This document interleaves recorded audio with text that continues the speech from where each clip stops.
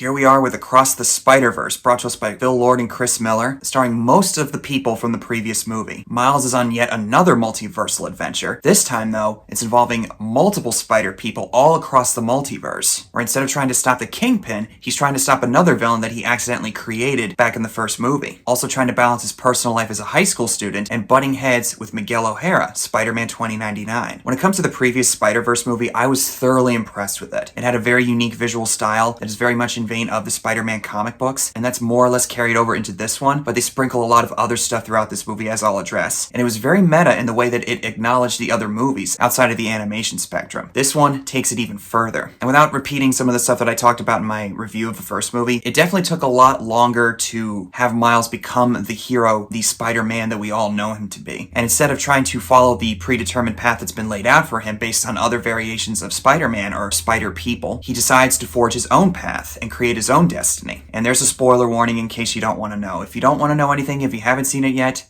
please leave. Or if you don't care about spoilers, here you go. That doesn't really get resolved. In a way it does, but it's also a to be continued type of cliffhanger. I was kind of surprised by that because I was starting to think, is this really wrapping up? Or is this going to go on for another hour or so? And then it said to be continued and I thought, what? But then I remembered, oh, wait a second. There's another sequel coming next year. Of course it's going to end like that. Just like Deathly Hallows Part 1 and 2 with Harry Potter. I wouldn't have necessarily complained if I had to sit through a 4-hour Spider-Verse movie. I think everybody in the theater would have been down for that. I'm not going to really do the movie justice because there are so many details that they throw in here. So many types of references or story points or little nuances that they have with the characters that it's almost impossible for me to cover every single thing. It's going to probably take multiple rewatches for me to finally grasp what this movie's trying to convey. And I'm probably not the only person to say that. Other reviewers, I'm sure, have probably said that by now. And I'm probably going to be all over the place with this review, but I really, really love, first of all, how they incorporated the live action imagery into the animation with Miss Chen from the Venom movies, Donald Glover as the Prowler, and I think we all expect him to be the Prowler at some point down the line in the MCU. Seeing Andrew Garfield's Peter Parker mourning over Captain Stacy, and then the image of Tobey Maguire's Peter Parker finding Uncle Ben's body on the sidewalk. Obviously they're going to acknowledge Andrew Garfield. He is a fan favorite, I get that, but I do like that they gave some recognition to Tobey Maguire and that he wasn't just like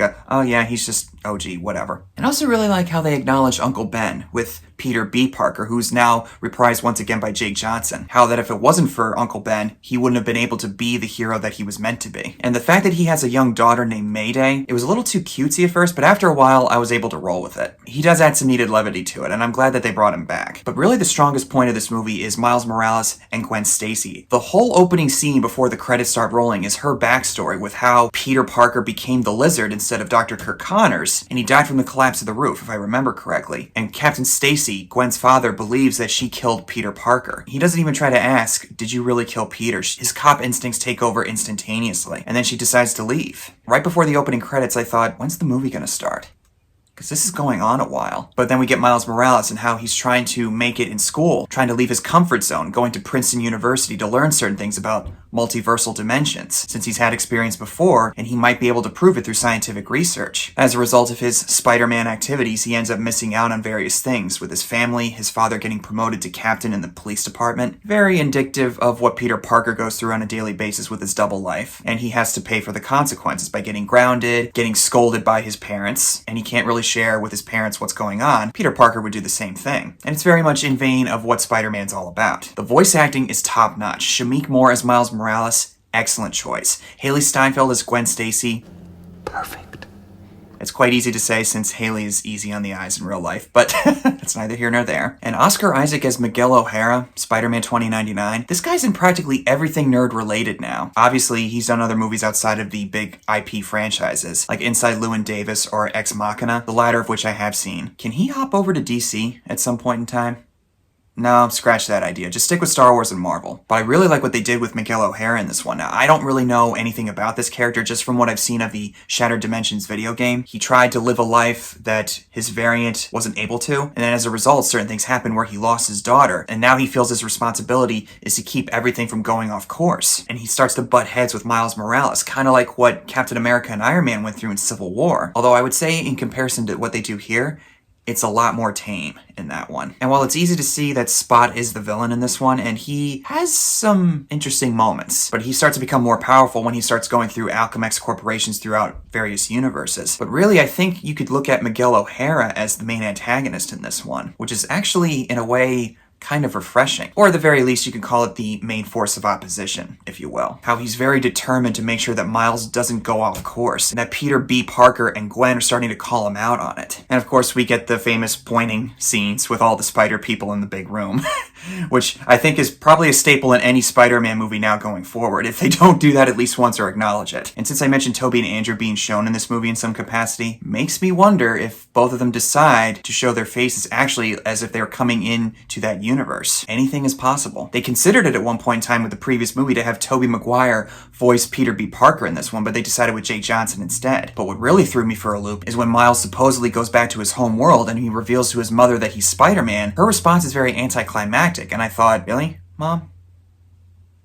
How are you not shocked by that? But then when he sees his Uncle Aaron still alive, he realizes that he didn't actually go back to his home world, and that he's in a universe where superpowers don't exist. In his own variant, Miles Morales is actually the Prowler, and the movie ends with him being held hostage by his variant and Uncle Aaron, with Gwen Stacy admitting to Miles' parents in his home world that she messed up and got him caught up in all this mess, and now she feels like she has to go back and save him, recruiting all the different people that they had in the previous movie, and maybe with some other new faces too, including that one character who I'm going to call the Sex Pistol Spider-Man. I mean, he has a very British punk rock vibe, what can I tell you? And like I said earlier, that's what I thought for sure that the movie was going to keep going, but then I realized that it was wrapping up. And I thought, you can't possibly end the movie this way. But then I saw the to be continued sign and I thought, okay, they're gonna come back at some point. Thankfully, we don't have to wait a couple of years, just 1 year.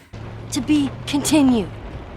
I hate cliffhangers. This movie apparently is getting a high ranking on Letterboxd. Apparently the highest ranking movie of all the movies that are on there. And you know what? I would not disagree with that. I'd have to think about it, but this movie is, I mean, I apologize for the pun. It's quite amazing in so many ways.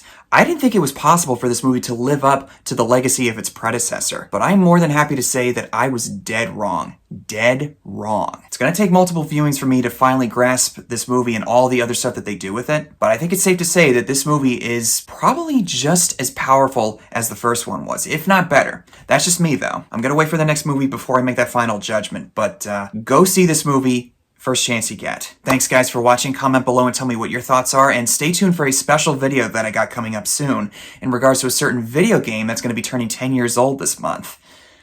Oh boy, I'm really excited about that. Thanks again guys, I'll see you in the next one.